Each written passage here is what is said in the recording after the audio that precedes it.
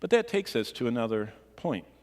These creatures he made, the word we're looking at. Look back down at your Bible to get oriented, because someone came up to me after first service and said, "You didn't mention the Bible." And I said, well, it's right there. It's the fifth angel. That's what we're looking at this morning. Let's your mind go from that. And let's talk about angels and demons, because there's two types of angels revealed by God, the good and the rebels. So it's very clear from the divisions of angels, God doesn't tolerate any rebellion at all.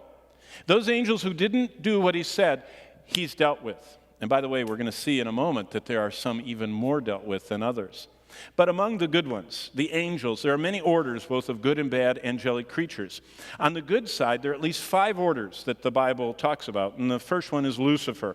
That's the pre-fallen Satan. He was the guardian. He was the anointed. He was the covering cherub. Lucifer means light. And that was his role before he fell to become Satan, which is clearly spoken of in Ezekiel 28 and Isaiah 14. He was the covering anointed cherub, which seems to have been much like a parabolic reflector of the glory of God back upon himself. But as he did that, he was a cherub. He was one of those living beings. And that's the second type of angelic creature, which Satan was one before he fell, called the cherubim, which literally means the living ones. They're found around God's throne in other places, Genesis 4, Ezekiel 1, Revelation. And they are covered with eyes. And they have 4 faces, and they have 6 wings, and they fly around, and they say constantly that God is holy. And then they're the ones we know a lot better, the archangels, that's Gabriel and Michael, who are very powerful. And then there are these flames or seraphim. They're described in various ways. In Isaiah 6, they are angels that go back and forth between the throne and the altar. But also in Revelation 1, 4, and 5, and 8, they seem to always stand like towers of flames around God's throne. They are possibly the same as the seraphim of Isaiah, but the word seraph means to burn, fiery. They're just like a column of burning fire that surrounds the throne of God. And then beyond them are the normal angels by the billions. They're all through scriptures. And those are just the good ones. Now the other third that are the fallen ones, the demons. And there are at least 7 different orders of demons that have power that's much more, the good angels, it doesn't really talk that much about what they can do. We see it here and there. But the bad angels, a lot is told us about them. In the dark side of the angel spectrum, several orders of bad or unholy or rebel angels test the limits of our mind to understand. Let me just give you a quick rundown of the bad guys that are against every one of us that name the name of Christ. And that's why it's so good to know that we have the Spirit of God within us at the instant of our salvation, because he is the only protection against this group that are always against us. First of all, there's the angel of light. By the way, that's what God calls Satan.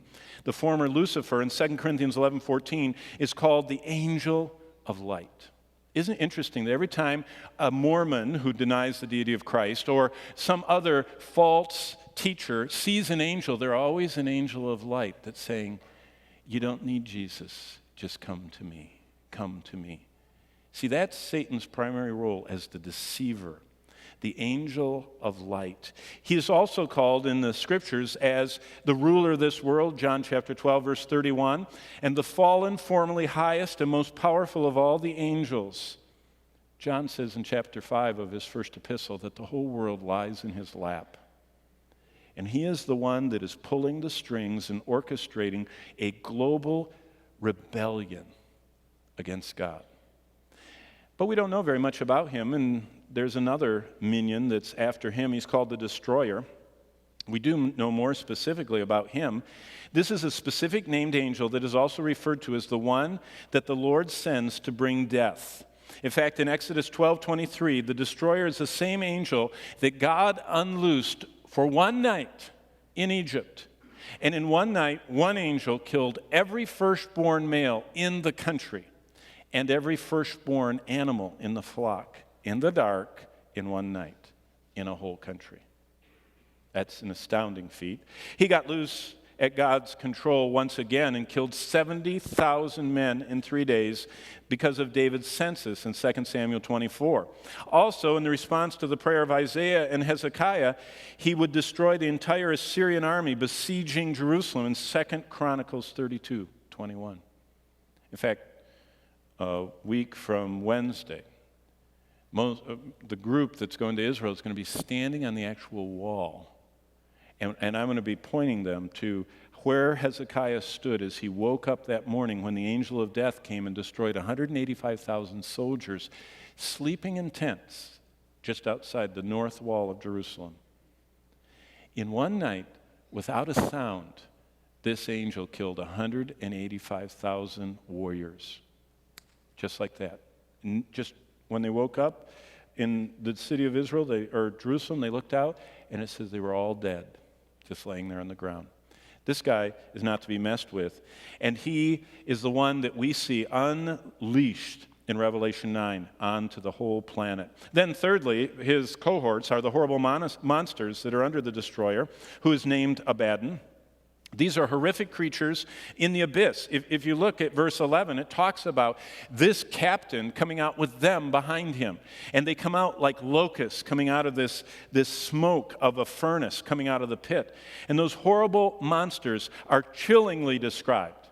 I mean, just hearing what they can do as we go through those verses is very similar to what demonic possession, people that Christ met that were writhing and foaming and horribly afflicted and twisted bodies, that's what these demons do to everyone they touch, all over the face of the earth for 5 months. Number 4 are the doomed angels. They're described as angels chained by God and imprisoned in a place Peter calls Tartarus, a prison. They're awaiting final judgment, Jude says in chapter 1, verses 6 and 7. And so among the bad ones in the pit, there's even worse ones that God says, I'm never going to let them out. They're chained forever. They're so bad. And then there are the national princes. The prince of Persia, one is called. The prince of Greece, another's called. That's in Daniel 10. And then in Ephesians 6, there's another group that we don't even know for sure how many of them there are. There are principalities and powers, rulers of darkness of this age, spiritual hosts of wickedness in the heavenly places. And then beyond that, there are demons, fallen angels that don't have any title.